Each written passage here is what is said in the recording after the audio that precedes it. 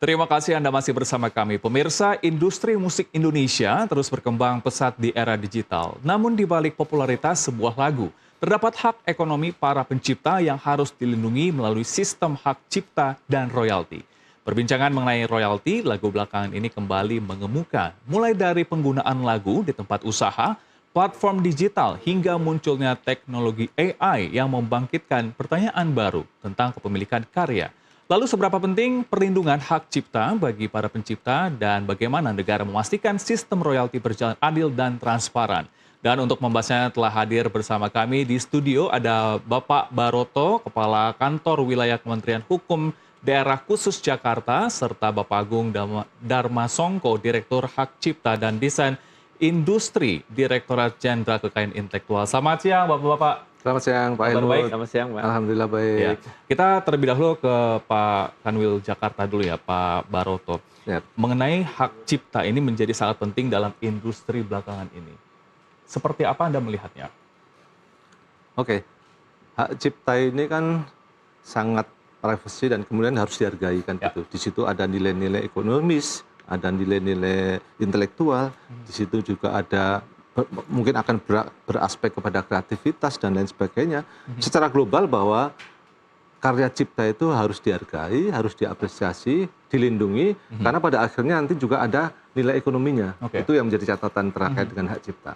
Jadi itu yang menjadi poinnya. Oke, artinya karena ada nilai ekonomi itu sehingga perlu diperhatikan hak-hak dari pencipta tersebut gitu. Oh yes. Ya. Oke, kemudian sebenarnya apa yang dimaksud dengan royalti dan perbedaannya mungkin masyarakat ini belum begitu memahami ya. Royalti dan juga hak cipta itu seperti apa sebenarnya? Pada intinya gini, royalti, kalau hak cipta ini kan macam-macam Pak. Hak cipta ada yang bentuknya lagu, nanti akan dilengkapi tentunya oleh Pak Agung yang dari Dijen PP ya, Dijen KI Pusat. Kalau berkaitan dengan cipta itu karya cipta seseorang yang itu bentuknya bisa lagu, bisa apapun lah, buku dan lain sebagainya. Nah kemudian inilah yang kemudian karena punya nilai ekonomi, ada semacam kompensasi yang kita sebutnya dengan namanya royalti. Intinya royalti adalah pembayaran kepada pencipta atau pemilik hak cipta atas penggunaan dari ciptaannya itu. Jadi yang kalau kita sambungkan dengan nilai ekonominya tadi, jadi orang sudah menciptakan, mempunyai privilege tertentu itu harus dihargai. Ya, kita sebut kompensasi yang kita kenal dengan nama royalti. Ya. Dan kenapa belakangan ini royalti menjadi isu yang diperbincangkan kembali di masyarakat? Nah, itulah yang terjadi. Perkembangan zaman luar biasa sekali sekarang ini. Teknologi, digitalisasi, kemudian bahkan sekarang kita namanya ada AI dan lain sebagainya. Itu yang luar biasa. Sehingga karya cipta menjadi semakin kompleks. Dan orang juga semakin kreatif. Ya. Pada sisi lain, perlu ada semacam kepastian perlindungan, perlu ada juga garansi bahwa karya cipta tadi dihargai dan lain sebagainya. Oleh karena itu, maka ini menjadi isu. Karena ada isu-isu bagaimana transparansi terhadap pembagian misalnya sisi value ekonominya tadi, ya kan? Terus bagaimana penghargaan terhadap orang yang menciptakan dan lain sebagainya. Ini yang salah satu yang menjadi karena perkembangan tadi ya, karena perkembangan. Kemudian juga belum termasuk juga masalah digitalisasi. Ini yang menjadi isu juga terkait dengan hak cipta tadi. Adanya kepentingan untuk memberikan perlindungan dari pencipta sendiri. Kemudian bagaimana tren di Jakarta terkait dengan pendaftaran hak cipta sejauh ini? Nah, Jakarta ini kan pusat Pak, sentral ya. Sudah sangat menarik sekali tentunya kalau dunia kreativitas luar biasa pertumbuhannya. Terus kemudian kalau dikaitkan dengan isu-isu hak cipta tentunya banyak sekali. Kalau dalam misalnya soal hiburan saja, sangat dekat sekali dengan isu-isu hak cipta, yaitu misalnya lagu. Nah, bicara masalah lagu saja, di situ ada banyak soal bagaimana isu penggunanya, bagaimana terhadap penciptanya, terus bagaimana penghitungan ekonominya. Nah, Jakarta ini secara tren memang sebenarnya kalau dari layanan umum di KI, kami kan layanan kekayaan intelektual macam-macam ya, ada peningkatan, tapi memang boleh dikatakan mungkin masih kalau dibandingkan dengan potensi boleh dikatakan masih cukup rendah.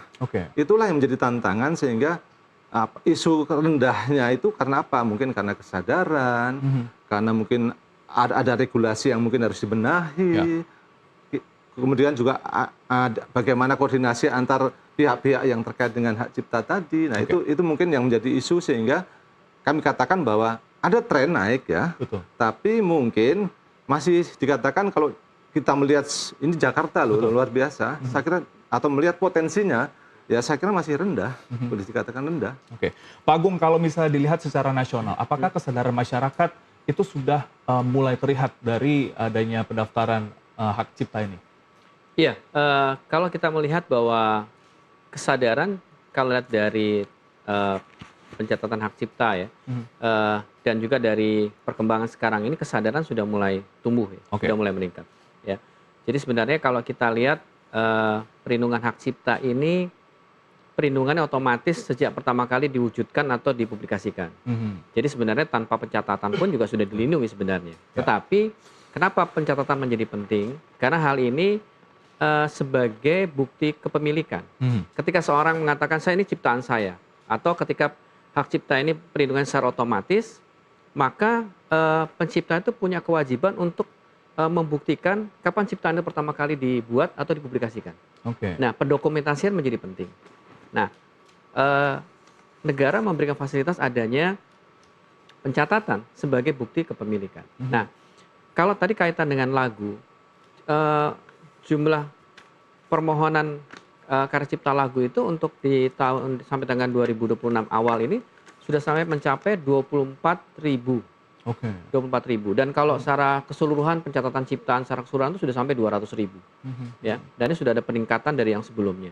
Nah, kemudian juga kami terkait dengan musik juga ada, kita membangun Pusat Data Lagu Musik atau PDLM versi 2. Ya, itu juga sudah ada lagu-lagu yang memang bersumber dari lembaga manajemen kolektif. Lembaga manajemen kolektif ini lembaga yang perkumpulan yang membawahi dari para pencipta, pemegang hak, ya, penyanyi dan kemudian produser rekaman.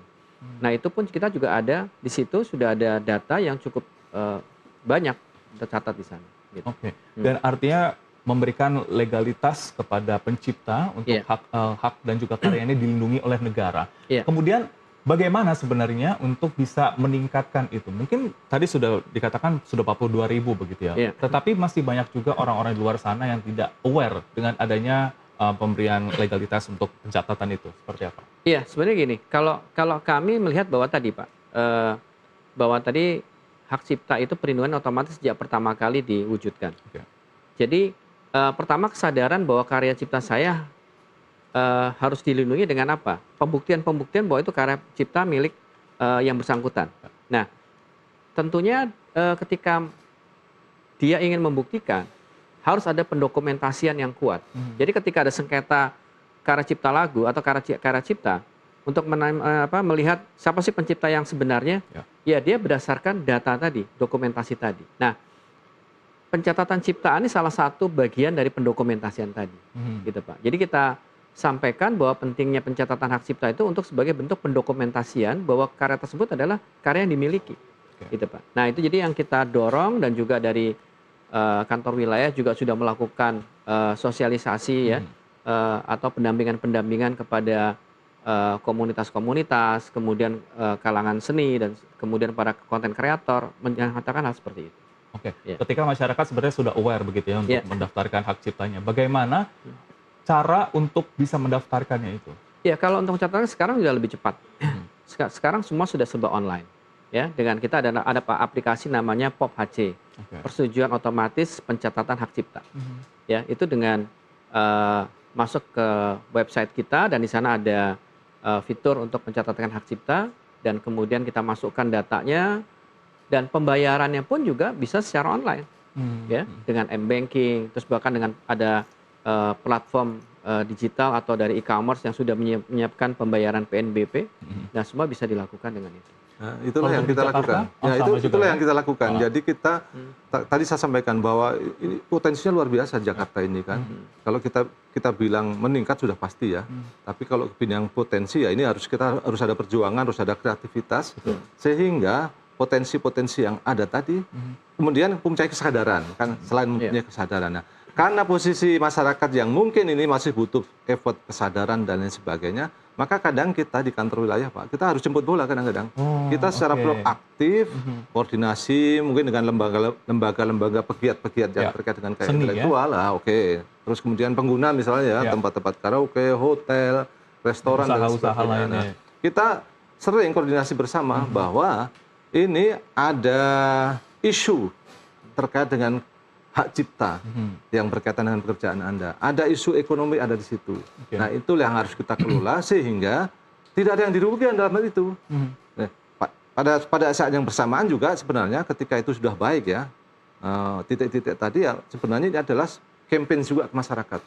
Ya kan? Bahwa masyarakat punya kreativitas, tapi juga punya kesadaran untuk mencatatkan supaya dilindungi, kemudian diapresiasi, dan yang lebih meningkat lagi adalah nilai ekonomi yang tadi yang berpotensi terhadap masyarakat tadi. Dan itu sudah digalakan hingga saat ini di Jakarta gitu? Oh iya.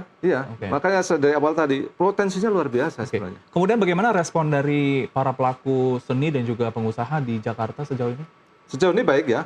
Tapi dikatakan Pak Agung ya, Pak, kalau kita bicara dari awal ya, memang ini ada proses yang kadang-kadang menjadi masyarakat itu, ya itulah karakter kita ya, kadang-kadang mungkin agak sedikit prosesnya beberapa butuh waktu. Ya. Nah, dan selalu kita jelaskan, tetapi ini yang sudah diantisipasi di kita, Pak. Jadi memang tadi ada ciptaan digitalisasi, online dan lain sebagainya, tentunya ini selalu bertumbuh, kita perbaiki, sehingga masyarakat itu kami jemput bola, tetapi kami juga akan membantu. Terus kemudian kami juga sampaikan bahwa proses sekarang ini sudah luar biasa, kita sederhanakan, terus kemudian mudah diakses, terdigitalisasi juga ya? Yes, bahkan mungkin mereka bisa pantau harusnya ya perkembangan sejauh mana proses-proses itu. Itu yang selalu kita campaign ke masyarakat supaya mereka tertarik, supaya mereka tidak memberi stigma yang dulu lah. Waduh. Ada stereotip tertentu ya untuk pendaftaran begitu ya Pak? Itu luar biasa kalau sekarang sudah. Nah kalau untuk di nasional sendiri Pak Agung, ini bagaimana pendaftaran ini sudah cukup aware? Kalau bisa dilihat dari provinsi, mungkin dari provinsi terbesar untuk pendaftaran hak ciptanya seperti apa? Iya, kalau tadi dilihat dari jumlah permohonan secara nasional tadi sampai dengan akhir tahun kemarin itu sudah sampai 200.000. Yang sebelumnya 140.000 dan sebagainya. Ada peningkatan. Dan kemudian kalau kita lihat di sini, ini kan angka nasional, Pak. 200.000 angka nasional. Ya. Jadi memang artinya sekarang merata nih, Pak. Semua provinsi ada peningkatan-peningkatan terkait dengan permohonan hak cipta ya. Karena mereka melihat bahwa hak cipta ini kan sangat dekat Pak dengan masyarakat ya, apalagi dengan pertumbuhan ekonomi kreatif. Jadi kalau kita lihat di ekonomi kreatif itu ada musik ya, kemudian ada animasi, kemudian ada film, semua itu objeknya adalah kaitan dengan hak cipta. Karya literasi dan sebagainya. Dan itu memang juga kesadaran-kesadaran sudah mulai tumbuh. Artinya gini, ketika seorang konten kreator dia membuat suatu konten, lalu kemudian dia membuat konten dan kita lihat bahwa di era digital yang sangat pesat perkembangannya ini, orang sangat mudah untuk mengcopy atau melakukan peniruan. Ya. Nah, sekarang ketika karya saya upload terus kemudian diambil orang, gitu ya. Nah, atau katakan belum sempat diupload, terus kemudian sudah diambil oleh orang. Kan saya harus bisa membuktikan apa pembuktian ini, gitu. Nah, yang harus digarisbawahi juga bahwa sebenarnya perlindungan hak cipta ini juga bersifat universal, Pak. Gitu kan? Artinya ketika saya menggunakan karya lalu dipakai oleh orang di luar negeri, maka saya bisa melakukan penegakan hak saya di orang di luar negeri tadi dengan menunjukkan kapan pertama kali saya menciptakan karya tersebut. Nah, pendokumentasian menjadi penting Pak, di situ. Oke, jadi sejauh ini memang tadinya ada peningkatan kesadaran masyarakat, begitu, dan kemudian juga perlindungan itu yang diperlukan oleh masyarakat. Dan bapak-bapak kita harus tahan dulu karena kita akan jeda sejenak dan pemirsa tetaplah di NTV Today karena kami akan kembali sejenak.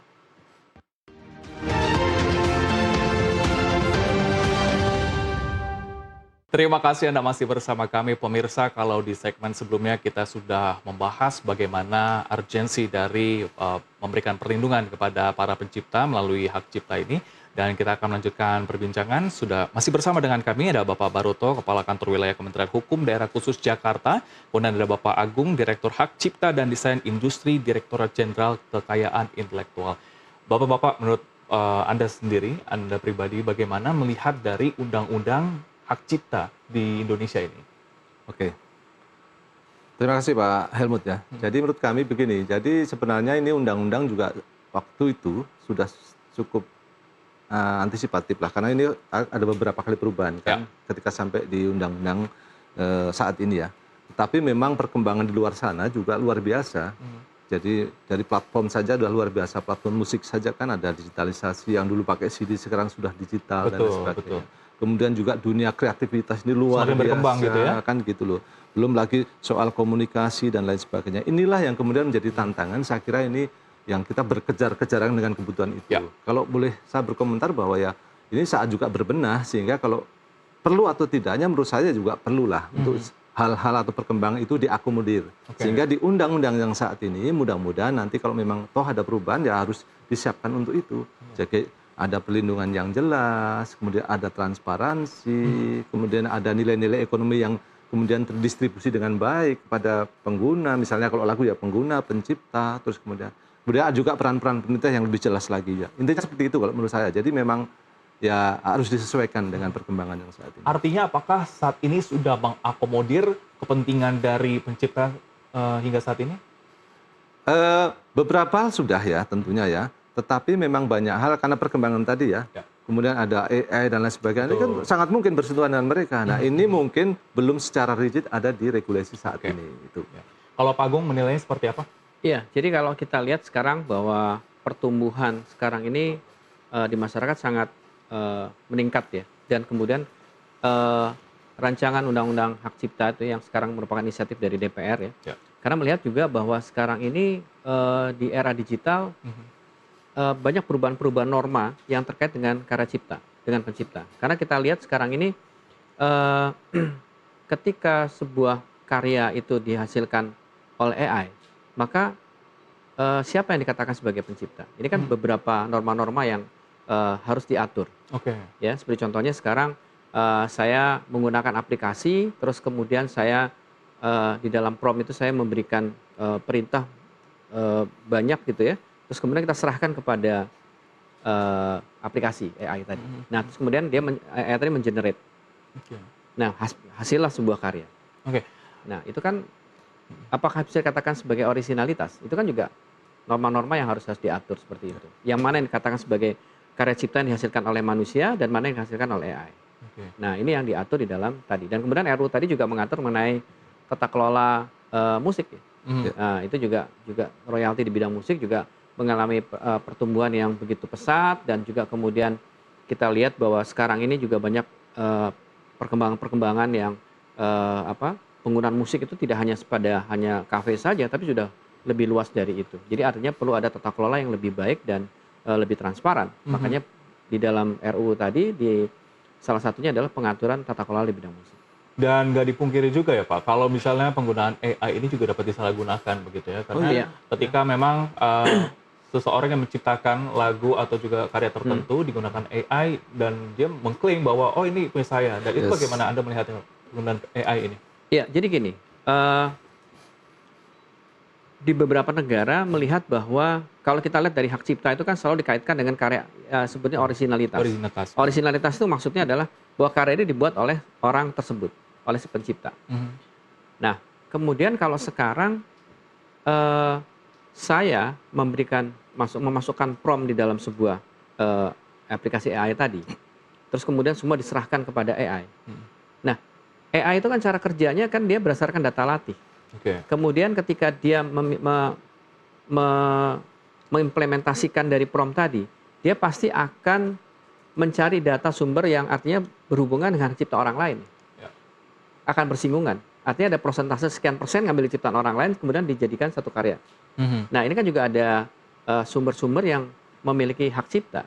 Nah, artinya kita nggak bisa mengklaim bahwa karya ini adalah karya orang tersebut. Tapi mungkin bisa kita katakan bahwa kasus prompt-nya tadi bisa masuk sebagai perintah-perintah tadi. Itu bisa kalau memang perintah tadi detail, terus kemudian ada karya kita sendiri, mamanya saya bikin tulisan, terus kemudian ingin saya buatkan PowerPoint.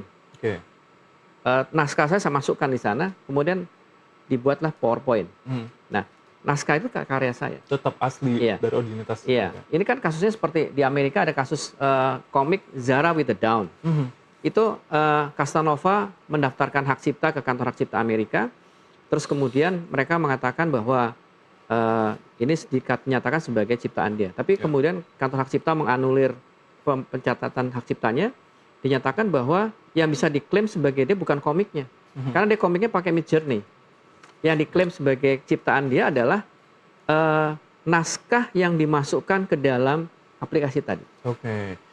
Kemudian bagaimana sebenarnya untuk penegakan hukum dari pelaku pelanggaran tersebut? Ya, ini makanya yang perlu diatur. Di semua negara juga masih melihat bahwa beberapa kewajiban bagi platform atau pada pengembang dari AI tadi untuk melakukan pembayaran royalti ketika dia menggunakan sumber-sumber dari sumber yang berkaitan dengan hak cipta orang lain. Kan seperti contohnya ada aplikasi yang bisa menghasilkan sebuah lagu. Nah, dia pasti juga akan mencari sumber yang berdasarkan lagu-lagu yang sudah pernah ada. Nah, tentunya ini beberapa hal yang juga terjadi di beberapa negara seperti di Amerika, di Eropa. Banyak asosiasi itu menuntut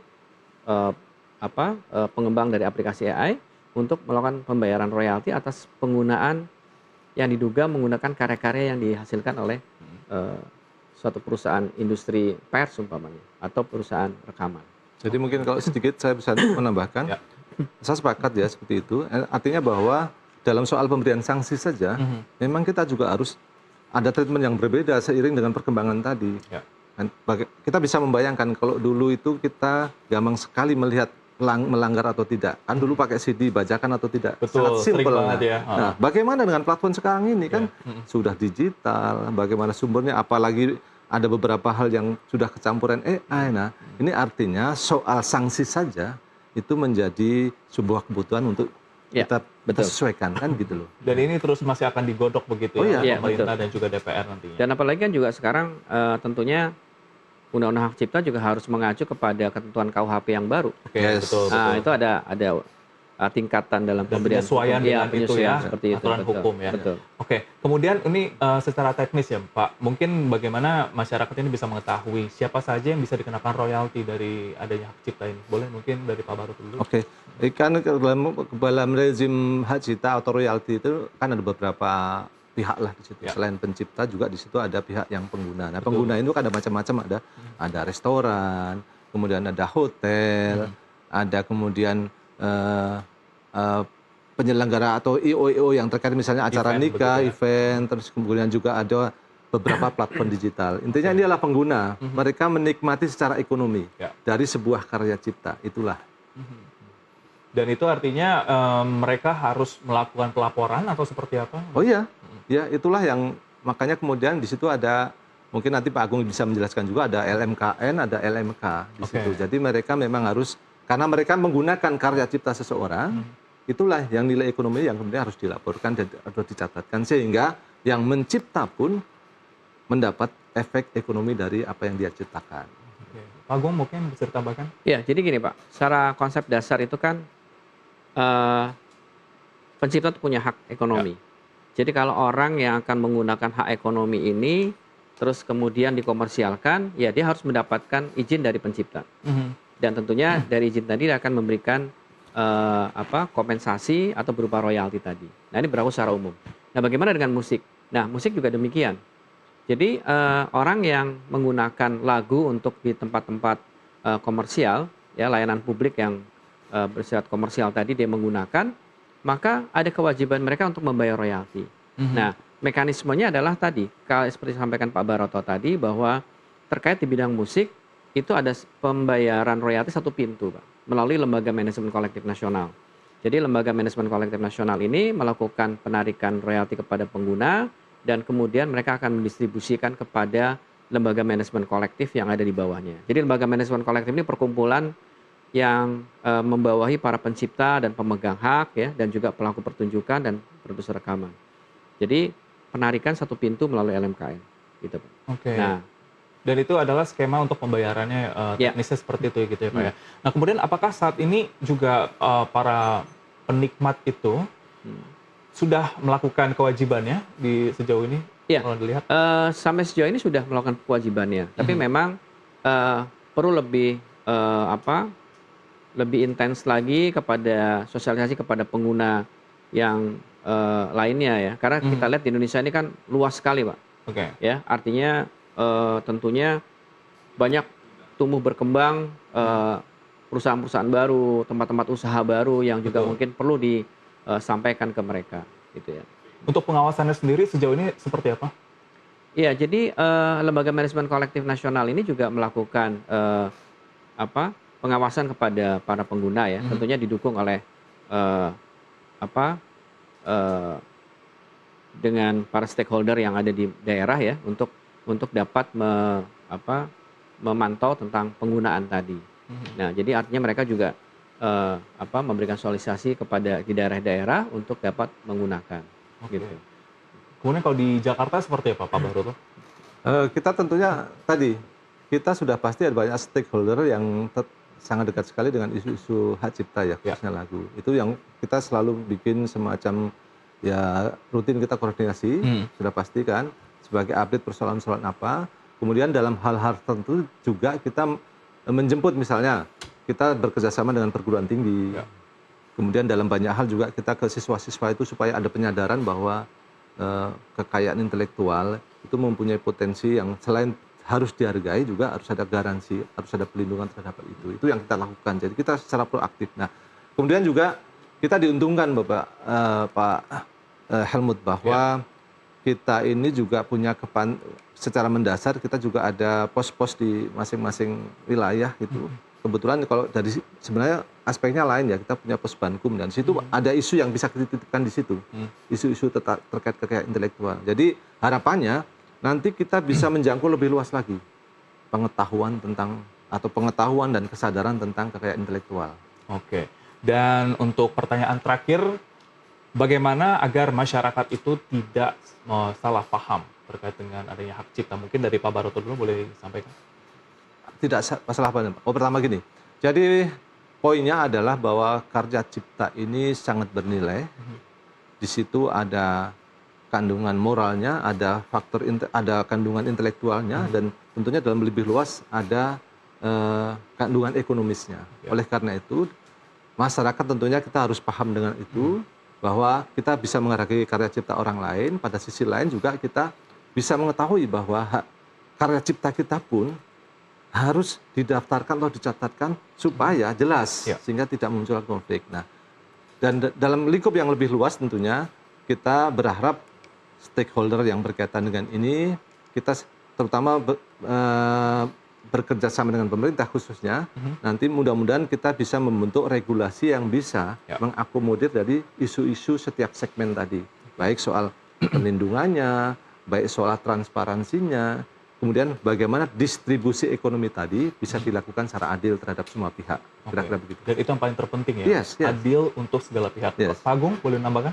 Iya, jadi kalau kita lihat kaitan dengan kesadaran di masyarakat ini untuk meningkatkan bagaimana. Sekarang kita lihat bahwa yang paling penting adalah penghargaan terhadap karya orang lain.